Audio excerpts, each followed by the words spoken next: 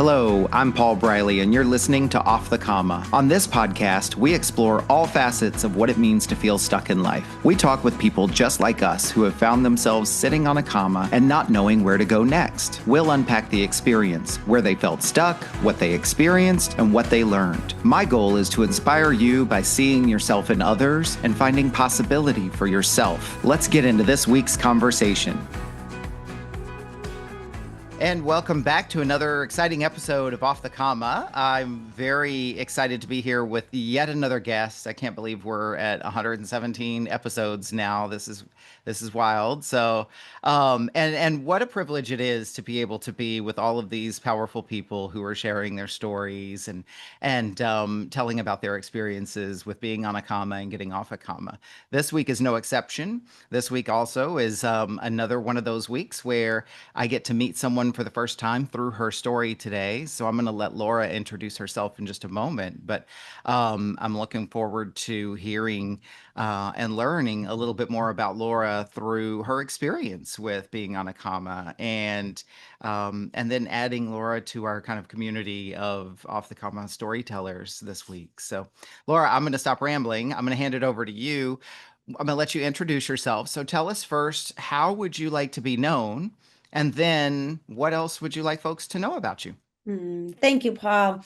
I am as excited, and it's always for me an honor and a privilege to spend time together. I just think what you're doing is super cool. It's empowering, bringing community together, and really sharing knowledge, right? New perspectives. So I just love what you're doing, and I love being a Mm, part of the podcast environment. I think it's really not only educational, but I think it really does create family, and that's mm, important, I think, nowadays.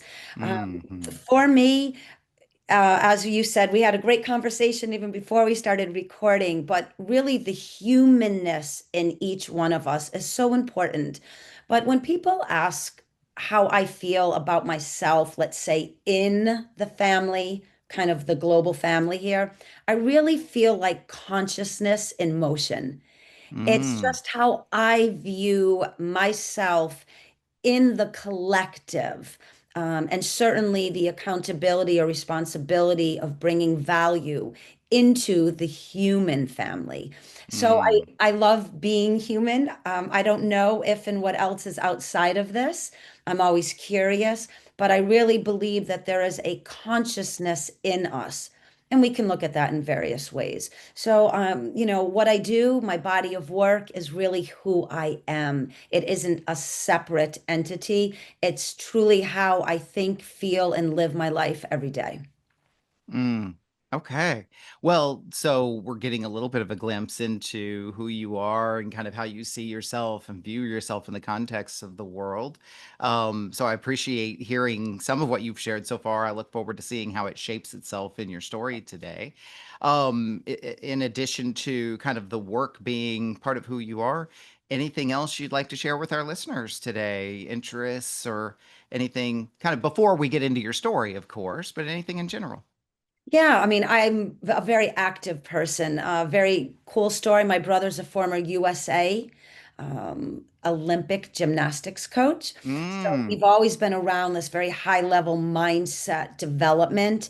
And he and I have a very close relationship. He was the inspiration to the science of empowerment. He mhm, was the creator of the formula that really ignited what I always knew in my life. And again, that was to bring a style of consciousness to the human condition. And yes, I've been talking and feeling this way. My first memory was when I was 9 years old, Mr. Grenfeld's class. I actually gave an empowerment talk to the class. So there's something that's always been kind of innate in the way I've moved, through my life. And the mm, energy comes out in a lot of activity. We ski out in Vale every year. My husband, who was born and raised in France, we travel throughout Europe. We try to take about 3 weeks and immerse ourselves in other cultures, see what's happening around the world. I am a writer. I've had over 400 journals in my life. I do not keep journals anymore because that work now comes out and it's shared Mm. with the family, of course. And when I say family, global, the global Hmm. community. I love to cook. I'm learning how to bake sourdough bread. And I really, again, tradition and value around family time is super important to me. And that's family through blood, and certainly, and sometimes more importantly, family by choice. These are Mm. our friendships that we nurture. And Nice. I really believe in each individual expanding and growing as much as possible, tuning in and tapping into that potential on a daily basis. And it could be something very simple. My relationship with my husband and my kids, I work at this and really Mm. try to deepen the relationship to who we are for one another. So I think mindset and potential and all of that personal development isn't just what I talk about. It's truly who I am. Okay. All right.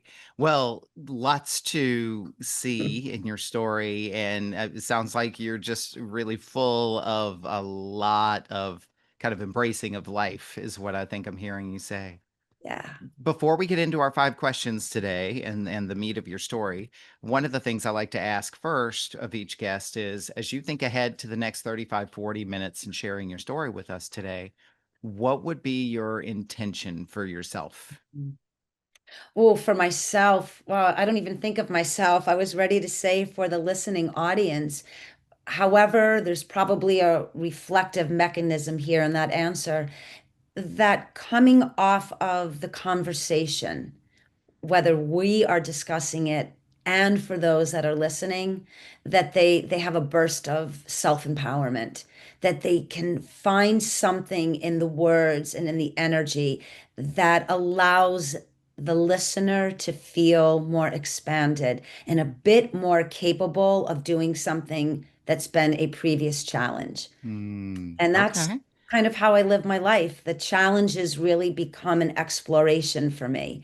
And it's what I like to impart to the listening audience. Mm, There's a okay. brilliance in there somewhere. So let's discover it together. Well, and I hear that intention and the interest in being able to help and lift up and empower others. What's in it for you? And I don't mean that in a kind of selfish way, but what does Laura gain from being able to show up as this person? Mm. Yeah. Again, I'm going to bring it back to my personal relationship with consciousness, which is God energy, or however, we Hmm. all have a very unique vernacular here, but really for me, it's a deeper connection to myself. And the Okay. deeper I go with myself, I feel the more I can offer out. If that Okay. helps there with that answer. What matters is that you're able to reflect it the way that you want to, Yeah. because today's your story. So, my intention is to support you in your intention, and that Thank is to be able to create the space for you to be able to share your story today and some of the things you just said, right? That there will be people out there who see a little bit of themselves in you and your story. They'll feel a little bit more connected, a little less alone, and in the best of cases, maybe even feel inspired or empowered to go and do something they've been wanting to do. Beautifully stated. Awesome. Awesome. Well, let's jump in then. So, the first question, Laura, is where in your life have you found yourself sitting on a comma? I love this show. I love this question. I'm almost certain that all of us have lots of commas in our life, but honestly, one of the biggest commas for me was at 14. I went to my mom and I expressed that I wanted to write a book that someday would change the world, of course. This was Mhm. just because I had a love of writing even from when I was young, a love of reading from when I was young. And I always just was a storyteller. And of course, your grandparents and your parents would say, write a book. However, the comma for me was a more deep self-doubt that I didn't have the credentials or the designations after my name that would almost justify creating a work of knowledge to breathe out into the world, right? Mm, Who am I to write a book? Who am I to tell you there's a science behind creating an empowered life? So there was a doubt, a self-doubt that I would say was kind of always there. I'm a Hmm. very confident person. I did a lot of things where nobody would think that I ever had self-doubt about anything in my life. I always am moving with this knowing I can accomplish that task. I can absolutely, put that together. You give me something, I'll show up full on potential. But when it came to writing a book decades later, that part of me when I was younger, I realized was always there. And Mm. even though my brother, my family, people that I am involved with in the community were like, you speak this every day, it's how you live just right. The responsibility, the accountability to bringing high level value, something that would change your life in a positive way, I took that very seriously. And taking Mm. that in that way really stimulated, I believe, the real human feeling of self-doubt. So the karma was I suspended the doubt and I went for it. And that Mm. was my karma. Yeah. So self-doubt kind of is the thing, but what I believe I'm hearing you saying, and correct me where I'm wrong or take me in the right direction. So even though you had been acknowledged for kind of living in the way that you wanted this eventual book to be reflected, there was something about the writing of it that was difficult or kind of overwhelming, or that was the challenge. You talked about the responsibility, the accountability. So living a certain way was one thing, but writing it down was another thing, it seems. Yes, and for many writers, we work with a team that would help you. And I chose, it was something in me that chose to do this all by myself. So Mm. even though I had a connection to Hay House, which was a childhood dream to be a Hay House published author, and I'm talking a deep, deep-seated dream all the way back to the beginning when I started reading and studying Dr. Wayne Dyer's work, I chose to say no and do it all by myself. Mm. And not being, let's say, someone that was well studied on an academic level in the writing process, right? The grammatical corrective way of writing. That's what stimulated, I think, that self-doubt again. Who am I to? And then fill all that in. And so Mm. I just kept taking it on as such a personal challenge. And what I realized long after the book was written and it became an international best-selling book and all of what I've experienced, it was so I could authenticate to someone else. You've got Mm. this. You can do this. And even if you don't check off all the boxes or even one of the boxes that is needed to do something that you feel you are called to do it anyways, because it is in you. Mm. Yeah. I think you've kind of, it sounds like you may have already answered this next question, but what made you choose to do it yourself? You said that that's not really done, especially in the publishing world. Why? Why do it yourself? I think for that reason, I always wanted to go to university and have a PhD, master's, doctorates. Like I was driven for an educational path that I ended up not taking.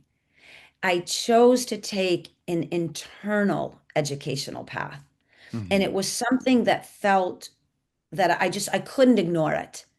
I knew that if I went the traditional route, it would have changed who I was becoming.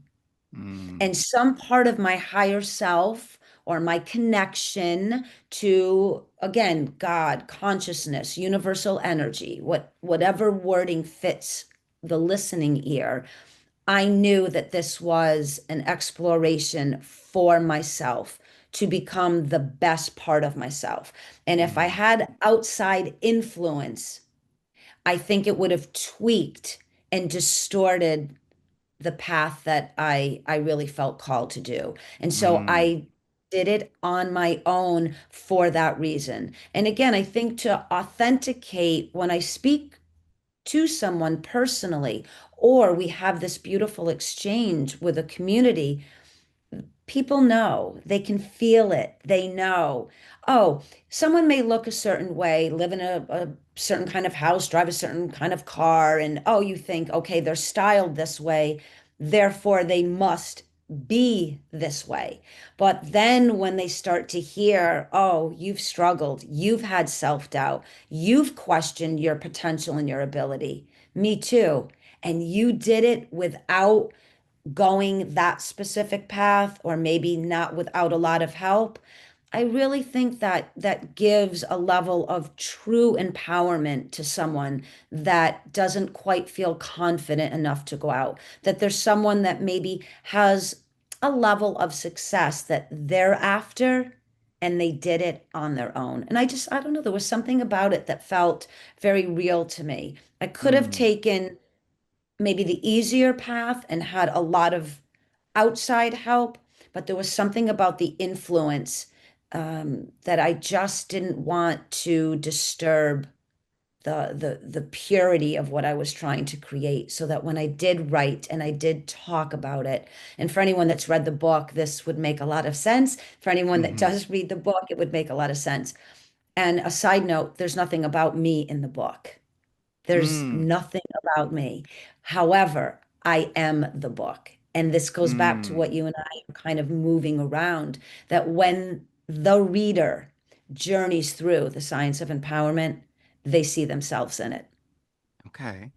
So you chose to do it the hard way, is what I'm hearing, and you had really solid reasons for choosing that path. Yeah, not even hard, the energy to hard, but I chose the more challenging way. Mm, hmm I think if I looked at it as this is going to be hard, and this comes from our training at our neuromuscular training facility, we don't use specific words that way. Challenge gives breathing room that I can figure it out. Hard, I think if I felt hard, I might be like, I'm not going to do it. hmm Okay. Like I remember, yeah, like if I think of swimming the English Channel, that's hard. I won't do it because I'm like afraid of sharks. Yeah. No, I Um, appreciate that yeah, clarification, the yeah. challenging path. Which, so here's another question then for you. So, what were some of the challenges that you Mm. experienced on the path along the way? And I don't want to jump so much into what did you learn from them yet, because obviously we have a whole question dedicated to that. But what I like to do is to have people start to really get a closer in view and glimpse of what the experience was like for you. So, what were Yeah. some of the challenges that you experienced along the way? Yeah, so I've been talking about writing a book for a very long time, and my brother has been asking me to write a book, and I'm talking decades. And one of the challenges, which is common, just start. And again, I'm a doer. I am always wanting to become a better, more enriched aspect of myself. And when it came to writing, I was like, and I'm a writer, journals my whole life, but sitting down to the mechanism of putting all of what's in here in a coherent, applicable system, that was challenging because I could Mm, talk to people where we're very much aligned. Our mindset is very, right? We're connected. Just like I can have a conversation with my friends where God connection is working, and we talk about biohacking. We talk about, you know, the sourdough bread community, etc. hmm Those are easier because the flow is already in place.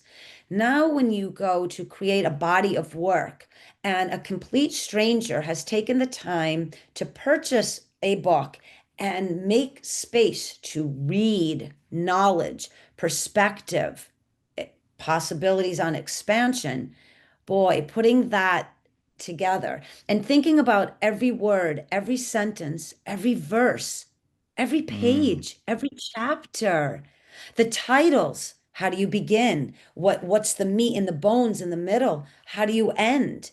All of that flow into it. There's a lot of challenges when it comes to, I know everyone hears this, writing a book, but truly for me, the importance of creating a body of work that mattered to the reader when they Hmm. closed the book. That again, back to the accountability of having influence into someone's life experience. So there's a lot of challenges that came to me. And then I just said, okay, just start. If I was having a Mm. one-to-one conversation and it mattered to that person, their heart, their soul, their belief system, their values, maybe where they were struggling, where they had challenges, what would I begin to say?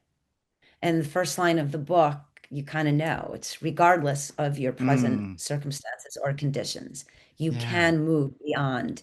And so it just started and then it flowed right Okay. from there. But there was quite a bit of challenge underneath Hmm. all of that first sentence. Laura, I've talked to a number of writers at varying stages of the writing process, ideation, creation, publication, and so forth. And they all describe their own personal and unique challenges like you're doing with us today. And for some, it's how do I get it all out and write it a certain way? For others, it's the discipline of actually getting finished. And what I hear from you, and I don't know this, so please do correct me, like on the surface, it felt a little bit like you're saying that part of the challenge was to get it right. But I don't think that's exactly what you were saying. There's definitely, you used the word responsibility earlier, Yeah. and it seems as though there was something, not getting it right, but something kind of similar or parallel. I mean, you tell me, that's what I'm Yeah. sensing from what you were sharing. Yeah. Again, it is so many of us move through life and we don't pay attention, right? There's this unawareness of how our energy, our thought processes, our behaviors, patterns, and habits are affecting someone else. And when you think about readership, it's usually a cup of tea, a cozy moment, a downtime, a space and a place to unplug from the daily challenges and go into an environment that shifts something for the reader. And again, that can be sci-fi, it could be romance, or it could be mind development. Hmm. So for me, it wasn't about writing it correctly because I knew that was not going to be an issue because whatever I was going to do was going to be correct because it was a project unto itself. It was putting myself in the place of the reader. What can I contribute to their life where when they read that paragraph or that chapter, or again, the book, they feel not only uplifted and inspired, but truly empowered to Hmm. create an empowered life. So it really mattered that, and I've talked about this, every word, every sentence. It wasn't just, I wasn't spewing things out. There was such a thought process behind it. I specialize in thought energy. It's something that I didn't realize, but when I had people far greater and smarter and more established than myself, they became aware of, wow, the thought that you put into this book. And that doesn't mean every person will read it and see the value in it as it was created. But I've have thousands of readerships, of course, around the Hmm. world. Um, Everybody that has reached back out to me through a text, through the website, through a personal message, it did what I intended it to do.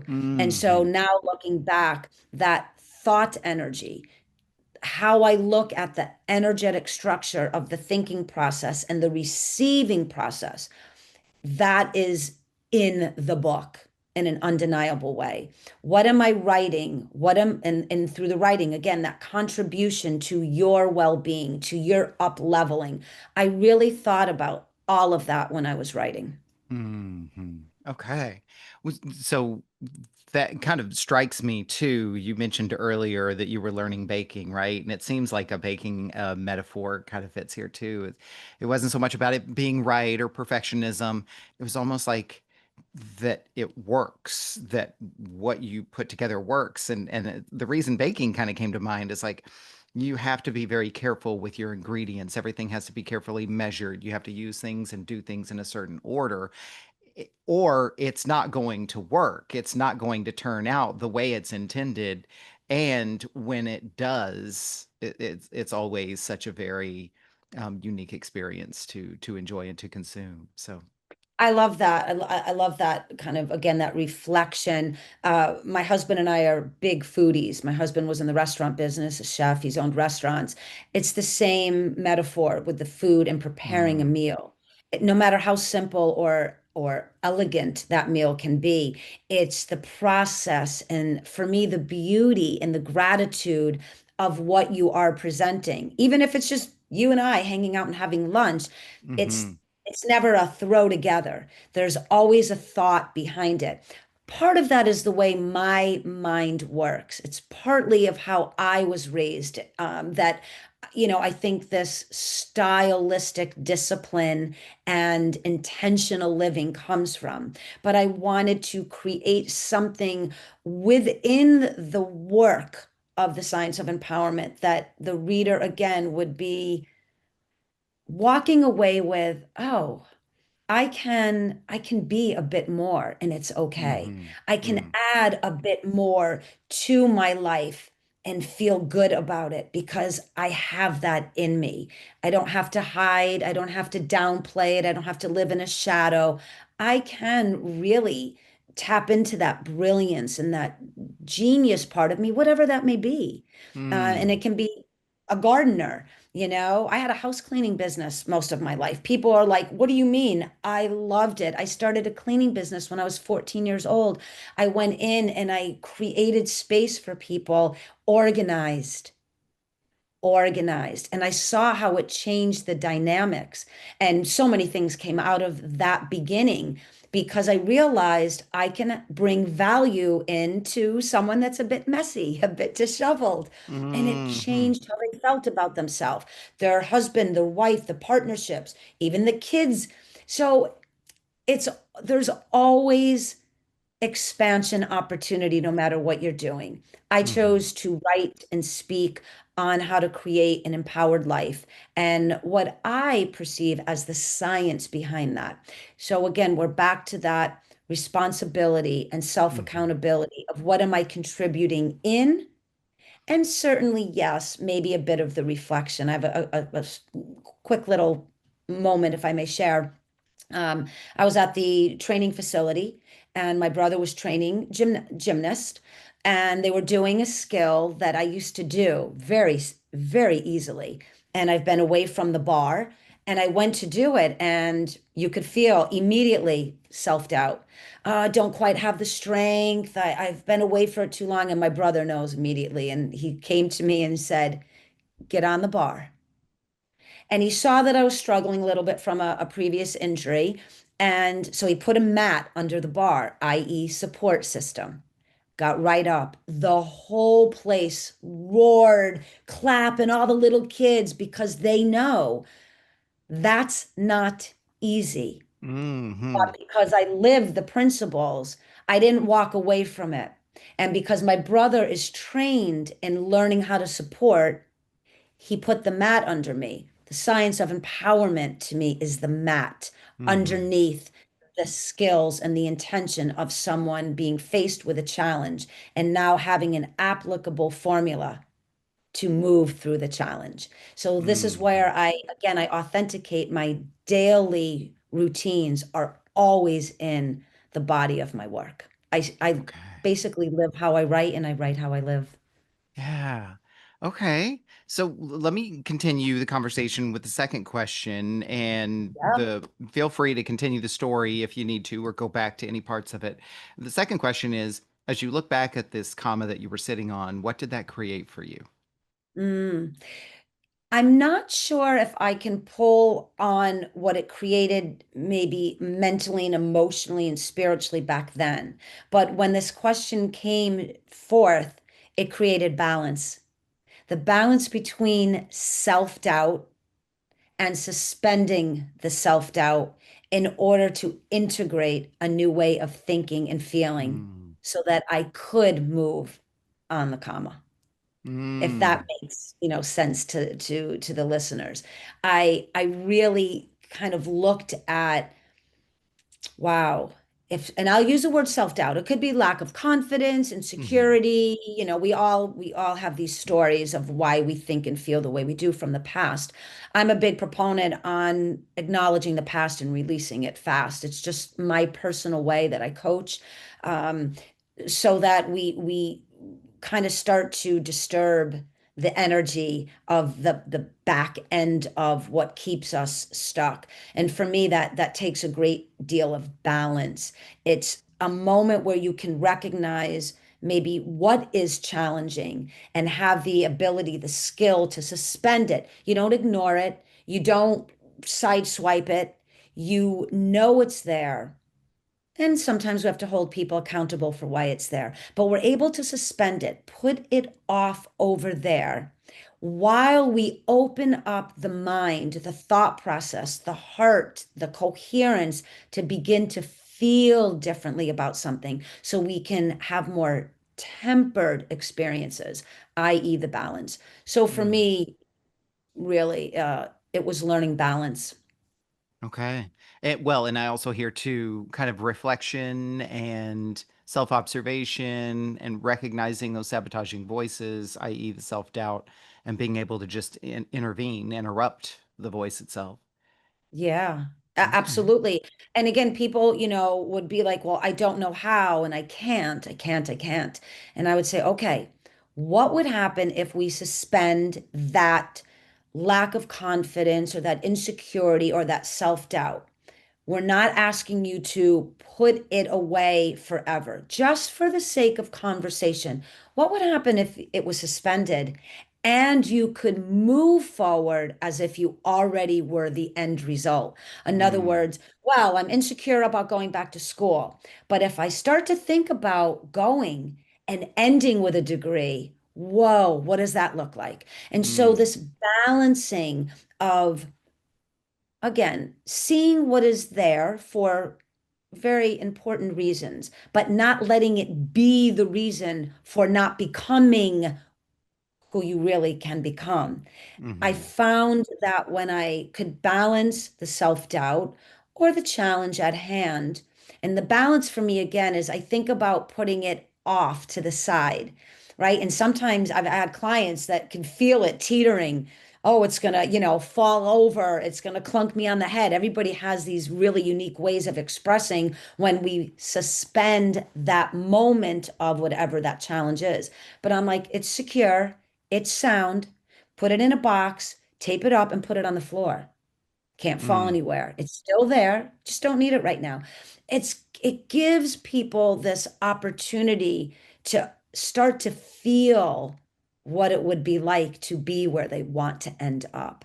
And Mm. so for me, again, it was that balance of knowing something's there, but also having the ability to suspend where it is inside the psyche so that I can make room for something new, i.e., new Hmm. perspectives, an elevated way of looking at life, expansion of the potential. So again, Hmm. this is my vernacular, but this is what I have found that when I'm coaching and speaking, when you give enough of the story, everybody can grab onto a part of it and be like, Hmm. oh, and someone today listening can say, I can suspend that just Hmm. long enough to start to think and feel a little bit different. That may help me get off, right? Yeah. The comma. You mentioned earlier, different people have different kind of messages within the self-doubt. You said for some people it might be confidence or what have you. When you've certainly shared with us how you manage the doubt, but what usually is the doubt? I know earlier in your story you talked about kind of the responsibility and so forth, but each of us kind of has our own unique kind of sabotaging voice. When your self-doubt arises, what is it telling you?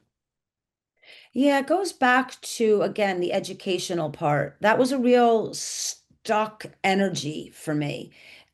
who am I to offer Mm. something of value out to the world? Or even you and I, let's just say someone said, "Oh, I had a great coaching session with Laura. Please call her." There was a moment right before all that happened that I was like, well, how could I coach? How could I truly help someone shift to the next level, the next tier of their personal development? That moment of self-doubt quickly passed because I've been through a lot. Hmm. I've been through enough that when I started my clientele list, they would know, oh, this isn't a book that Coach read and now is just regurgitating. She's lived this. There's Mm. transparency. She is gifting me an insight to know without getting into my personal stuff. But when we have our Hmm. discovery call, I've been through a lot. And, when I need to express and authenticate the journey, people can feel it. Again, they know someone can have all the credentials and designations behind their name, but you just Hmm. feel like, oh, they've read that book, and now they've just kind of tweaked it to fit a little bit of Mm. something they're trying. No, when you read the science of empowerment, when you are coached through the science of empowerment, you're like, there's nothing really out there particularly like this. And Mm. that comes from that movement between, can I bring value into your life? And the balance of me questioning that, suspending that doubt, and moving through what I know was my higher calling, that part of me Mm. that tapped into, yes, you can, because every human being has value. Every human being contains what is needed to bring something of importance to the world. How we do that as an individual is what creates the human family. But Mm. I knew, I knew at that moment, kind of when you asked, like, what got me off, right? The comma. It was, yes, I do, because I'm part Mm. of something bigger than myself. Yeah. Yeah. I hear you saying that you kind of overcame the qualification doubt, which I know is very common and Yep. ubiquitous, and I too have suffered from that as well. Let Yeah. me ask you the third question, Laura. So, as you, what have you learned about yourself as a result of sitting on this comma? Mm. And again, I don't want to repeat, but it is, I write about this. I truly believe whether you're looking at quantum physics, quantum science, whether we're looking at God energy, universal understanding, I truly believe that coded within the DNA of every human being is the absolute power of the universe. And I don't mean that in a foo-foo kind of way. I mean that you are an electrical, magnetic part of the universe. So don't doubt what you can Mm. offer and bring forth. There's something so magical about all of us. And I think we spend our lives, I certainly realize this about myself very early on. Wow, I can be influenced by that person very easily. Whether, it's music, it's art, it's status. We don't even want to get into social media and what it's done to the brain functionality of our youth, but we are influenced fast and deep. It comes in and it just settles, it gets planted. I realized fairly early on. And then I went through life like everyone else does. And then I kind of reignited that knowing that no one plants seeds in my garden but myself. Mm. Mm. Nobody. I may take a gift of a seed from someone, and I will find the place in my garden where that will bloom to be cohesive to the entirety. But nobody will plant a seed in my garden. And Mm. that's a metaphor for so many things. So I really learned that human potential is untapped. Brilliance and greatness within our humanness is untapped for the most part. And this doesn't mean you go from being a housekeeper to the person that, teleforms Mars.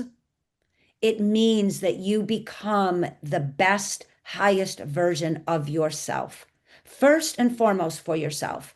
And then it moves out to your partnerships, especially children, grandchildren, your neighbors, your community. So I learned that I have everything that I would ever need to create a life that I would know at the end of it, it was well lived. Mm, mm, that's powerful. Let's go to the next question because I feel like that's a good bridge. What has changed for you as a result of sitting on this comma? Yeah. I don't fear. I just don't fear anymore. I've learned that when a fear or that funny little, flutter goes in your tummy, you get anxious or a little bit stressed. When you doubt, when you feel that little knock of lacking of confidence, I can recalibrate that very fast now. And I realize I'm only in doubt, I only am entertaining the lack of something because it's old energy. It's coming from Mm, something that is not in the present moment, because in this very moment, I cannot be any of those things. I can't. It's impossible. I can only be who I am right now. And right now is everything. It goes back to the brilliance and the beauty and the God energy. However, you look at yourself in this world, you matter. You are here for a reason. You are important to someone, first yourself, and then someone else or many other people out. So I really believe that we lose sight of the beauty and the power that exist in us. And that can be mm, in our heart, it could be in our thought process, it could be, in our connection to faith, community. But we lose sight of that often. And I don't do that anymore. It's a mm, constant companion for me to show up. And I don't do this perfectly every day and in every situation, of course. I have grown, children. You can imagine what that interaction is like. It's this consistent, whew, I could easily go back there. mm, Take a breath, stand firm, don't doubt. As a parent, as a mother, I've got this. How can what I use the word, recalibrate this moment so that we can kind of dilute the negative, neutralize the situation so that we both come out in a more positive way. And I really just, I think this way all the time now. And again, I run through the formula. I'm always asking myself, what am I aware of in the moment? What am I willing to do? This beautifully really expands self accountability. Critical thinking is very important. This is where we suspend the emotionality. We move into clear, rational thinking. This allows us to position ourselves into the power seat of choice, negative, positive, neutral. Am I engaging in negative behaviors and patterns and habits? Am I becoming more skilled in the power of neutrality? And when you start to move into that neutral field, an empowered, positive life, suspension of doubt, lack of confidence gets moved out of the way really quickly. mm, So, again, these are seeds that I now am offering to the listening audience so they can take whichever seed feels so appropriate for their garden and plant it. mm. Okay. Man, so much there and so much to share. I love going to this last question because it's almost a punchline, but it's not. And so question 5 is, what does getting off the comma look like for you? Yeah, this I loved. Immediately, what came to me? A springboard. Mm, A springboard. And you can tell from our conversations, I can move in and out of expressing and that creative energy that flows, but that is the answer that instinctively just a springboard. That is because mm, it's Whether you look at it as a diving board, you look at it as just jumping, like jumping rope as a kid, that Hmm. flight, that movement up, that ability to get off your feet for a second and fly. And Mm. that's something that I think why it came to me because I've always wanted to fly. I just, people ask, well, if you could have a superpower, I'd be invisible, Hmm. but I'd want to fly because you would Mm. see things from such a perspective that there's no way. Like, can you imagine Mm. a soaring bird, an eagle, a hummingbird? It doesn't matter, whatever birds you love, to fly and take flight. So I think that's why the springboard, it, Mm. um, when you recognize the comma and you go to get off it, the springboard for me is, whew, it goes beyond the Mm. starting block. Like I was a runner. So the starting blocks are heavy. They're grounded in, right? They sit on the track. And you got to put one foot in front, one foot in, and you power off. You're still grounded. You're still kind of down. A springboard, for me, it gives you flight. It's you have a moment of that air and we know what that feeling in your belly, like when we jump on a trampoline, or if anyone's ever gone cliff diving or cliff jumping, or even as a kid when we're kind of out in the woods playing and we jump from a rock or across a stream, that feeling of springboarding. So Mm. that's how it feels to Hmm. me.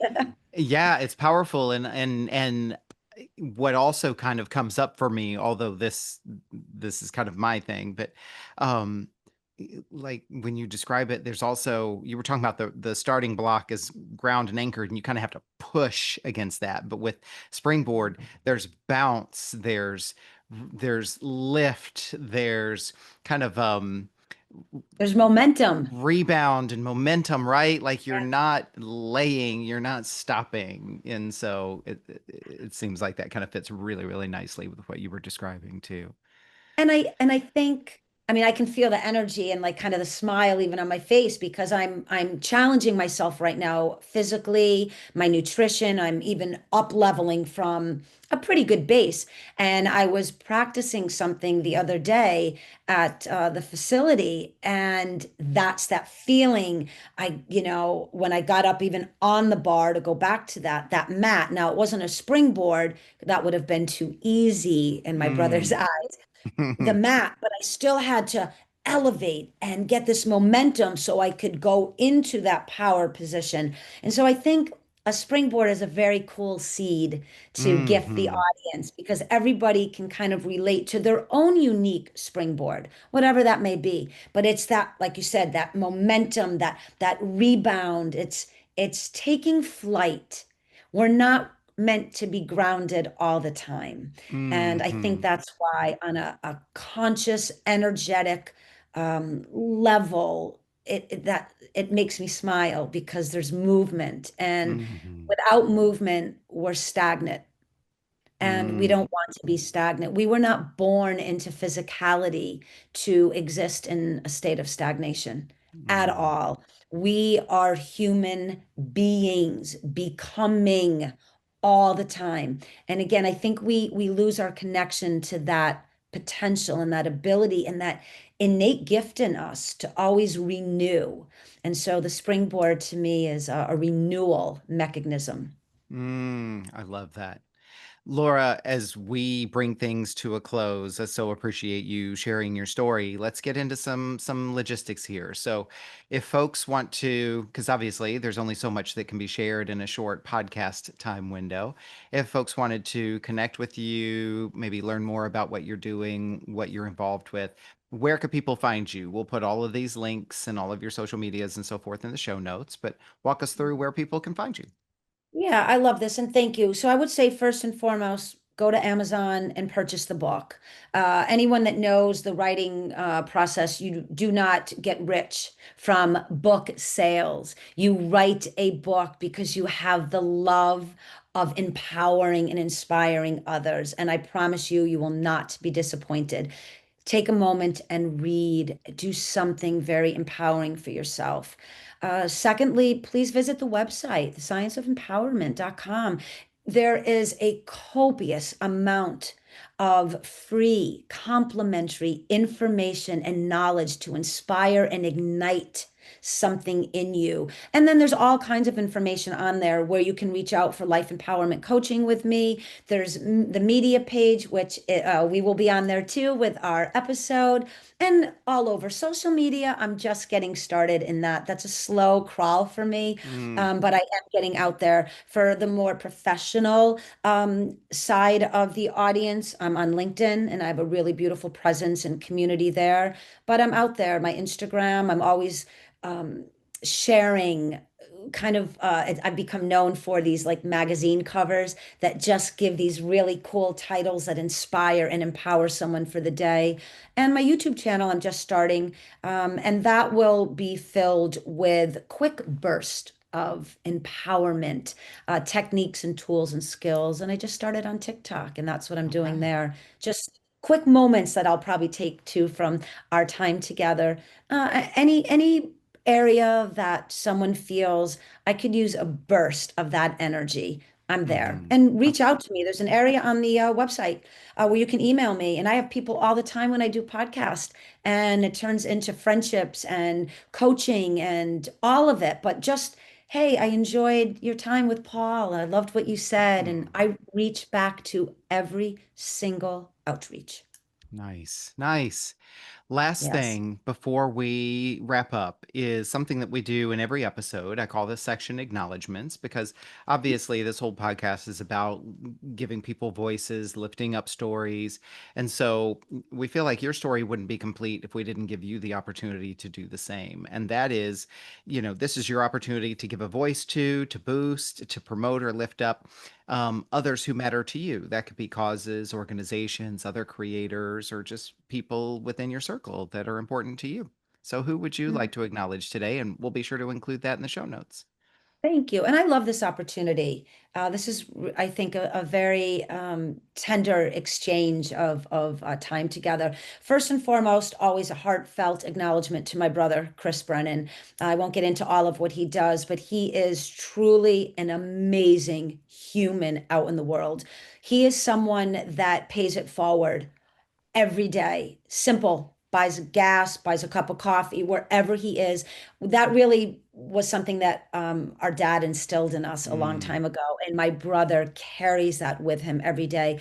And it inspires me to pay it forward whenever I can. And my dear friend Babari, this is a gentleman that lives in Uganda, and he is the head of the household of an orphanage. mm, And we do our very best to supply them with what we can, but it is a deep, heartfelt intention for me someday to provide them with an actual home and property for gardens. I mm, admire what this man does for children that have nothing and no one. So a heartfelt shout out to him. And my very, very special friend, Simona. She is my right hand wing girl in my team, on my team, and does a lot of the creation of the visual output that we share with the world. She's mm, able to take what I say and put it into video form. I just finished the Science of Empowerment course, and she was a big part of that. Her technical creativity and that part that I don't want to do because I can't put my time into it. mm, The real technical merging of information into what someone would need to enjoy the course. So she's a powerhouse. She herself has written about 100 children's books all over the world, and does these really unique videos. So check out Simona's library. She's really neat too. So those are three nice. people at the top right now today to say thank you to. Deep gratitude. Awesome. Thank you for doing that. And we'll be sure to include those acknowledgments in the show notes so people can check out the folks who have links available. And, again, Laura, I just want to thank you for coming here and sharing your story with us today. So much energy in your story and your conversation about energy. We will look forward to following you and hearing more about your progress along the way. Meanwhile, I hope you have a wonderful weekend ahead. Thank you, Paul. You are an amazing human being. I love the space that you've created to Mm, share stories and life. And thank you. It's been my honor. thank you very much. All right, we'll talk more off the mic. Have a great one. What an honor it is for me to hear and share these powerful stories. I hope you feel the same way. Think about what you learned from this conversation. I encourage you to write it down in some form of journaling or reflection, because surprises can reveal themselves to you when you write your thoughts down. If you were moved by today's conversation, pass it along to someone you care about. And if you do discover something you'd like to unpack further, book a call with me and let's talk about it. My links are in the show notes. Be sure to like this episode and follow the podcast here on this platform and all social media at Off the Comma. Feel free to interact and comment. Thank you for listening to this episode of Off the Comma. As always, keep noticing and keep listening.